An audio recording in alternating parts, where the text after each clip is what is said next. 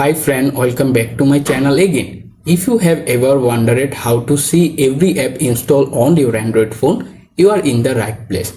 In this video, I walk you through the complete process step by step, including system and downloading apps.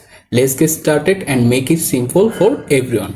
First of all, I am using the settings menu. So open the settings app on your phone. Once you are in the settings page, scroll down to the very bottom. Here you can find the apps option. Tap to open it and wait to appear the apps. Here you can see the all of listed install, system, pre-install all apps there. There are another way if you want to check install app. Don't worry, if it here. To do that, simply open the Google Play Store on your phone. After the app is open, tap on your profile icon at the top right corner.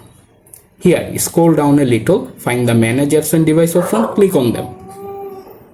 Then go to the Manage option at the top.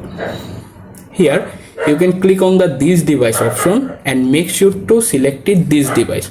This means you can see all of apps. If your phone is available, they are listed.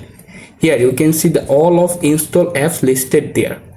If you decide if you want to uninstall any app, for example, I am uninstall WeatherBug, simply select the app, hit the delete icon at the top and confirm by tapping uninstall.